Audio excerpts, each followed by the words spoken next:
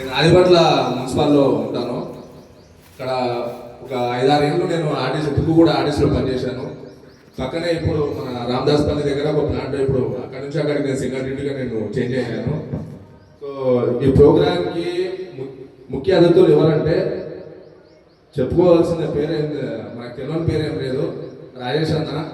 రాజేష్ అన్నతో పాటు మనకు మద్దతుగా మీరు ఎంతమంది అన్నా రండి, నేను తిండికి లోటు లేకుండా నేను చూసుకుంటానని చెప్పిన వ్యక్తి మంగసీన్ అన్న. మంగసీన్ అన్నకు ఒకసారి ఇక్కడ వెనకకు జరిగి నేను చేయలేపన్నా వద్దా అనే దానికి ఎవ్వరూ వెనక జరగకండి. ఈ మీటింగ్ పెట్టుకుందే మన డ్రైవర్ల కోసం, మన కోసమే, మనకు మనమే ఎంకరేజ్మెంట్ చేసుకోవడానికి ఈ మీటింగ్. నేను చెప్పేది ఏంటంటే ఈ గ్రూపు ఒక సంఘంగా ఏర్పడి ఇక్కడ వరకు మనం వచ్చాము. గ్రూపు ఇది వాట్సాప్, నేను చెప్పుకోవాలంటే వాట్సాప్కి ఒక పెద్ద నమస్కారం. ఈ గ్రూప్, ఈ వాట్సాప్ లేకపోతే, ఈ వాట్సాప్ గ్రూప్ ఒకటి లేకపోతే ఇంతమంది మనం జమేయడం కాము. ఇక్కడ రాని వాళ్ళు వినగా ఎంతో మంది మన మీటింగ్ కనెక్ట్ కాకుండా వినే వాళ్ళు చాలా మంది ఉన్నారు. వాళ్ళకి తెలుస్తాయి, ఎందుకంటే వాళ్ళు డ్యూటీలో ఉండొచ్చు. మనం వాళ్ళని తప్పుగా అర్థం చేసుకోవద్దు, ఎందుకంటే వాళ్ళ ఇంటి పరిస్థితులు ఎట్లున్నాయో మనకు తెలియదు. అంటే సమ్ టైమ్ వేరే ప్రోగ్రామ్ ఉండొచ్చు, ఫ్యామిలీతో ఉండొచ్చు. సమ్ టైమ్ ఇప్పుడు కుదిరిన వాళ్ళైతే ఇక్కడికి వచ్చినా అది పెద్ద గొప్ప విషయం.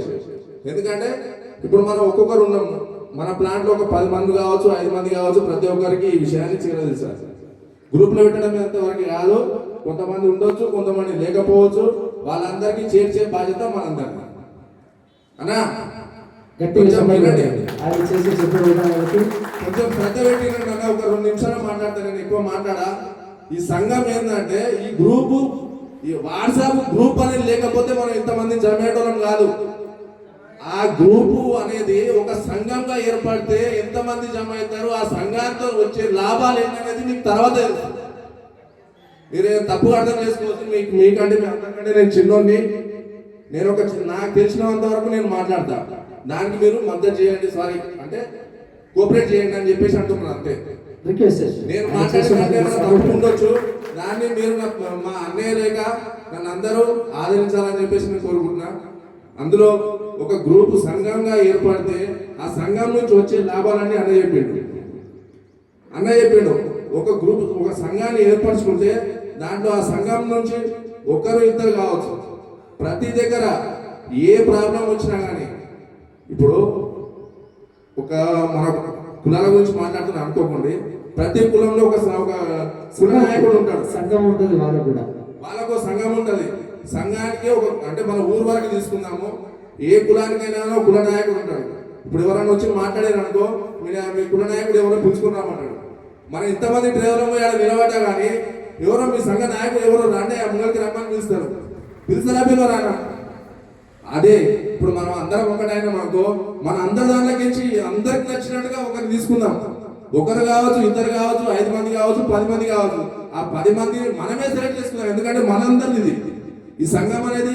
ఇక్కడ కుర్చీలో కూర్చున్నంత మాత్రాన వాళ్ళు పెద్దోళ్ళేమో, వాళ్ళేమో పైన కూర్చున్నారు, మేము కింద కూర్చున్నాం అని చెప్పేసి ఎవ్వరు అనుకుంటాను. కుర్చీలు తక్కువనే, మనకు ప్రెస్ తక్కువ ఉంది, ప్లస్ మనకు టైం తక్కువ ఉంది.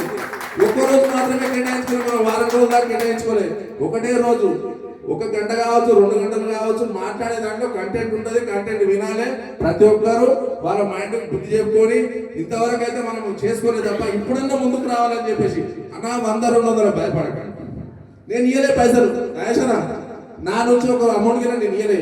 నేను సాయం చేసే దగ్గర నేను సాయం చేసినా, ఎందుకంటే నా పరిస్థితి కింద మీలాగా నేను ఒక డ్రైవర్ని, నేను ఒక బండి ఓనర్ని కాదు, నాకు పెద్ద సంస్థ ఏం లేదు.